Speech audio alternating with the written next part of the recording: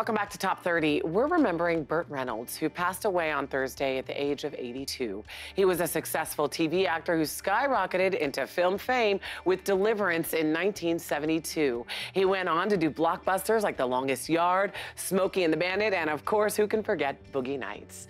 With us today to talk about his life and legacy is Fandango correspondent and movie critic Nikki Novak. Nikki, it's always great to have you here. Great to see you. You know, when a legend like Burt Reynolds passes away, of course, it's a sad thing, it's a heavy thing, but we're really celebrating his life as well. He had an incredible career. You know, he was one of the highest grossing actors for about 4 or 5 years.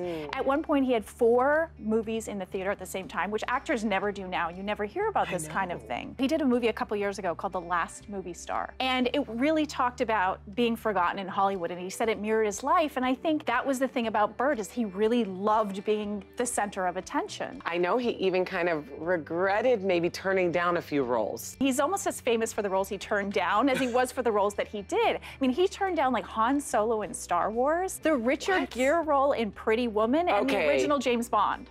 Imagine how these movies would have changed his career, or even changed Hollywood. Was he still working? He was just slated to shoot Once Upon a Time in Hollywood. It's the Quentin Tarantino movie starring Brad Pitt and Leonardo DiCaprio. Yes. Let's talk about his personal life. I know he had a very public divorce from LONI Anderson.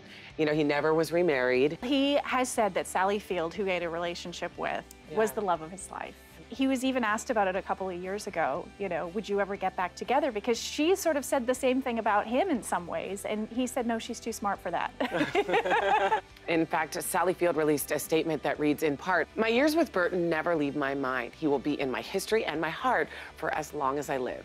Rest, buddy." I have chills hearing that. It's so sweet and so personal. I love that she shared that. Yeah, me too. Nikki, always a pleasure to have you. Thank you so much for coming in. Thanks.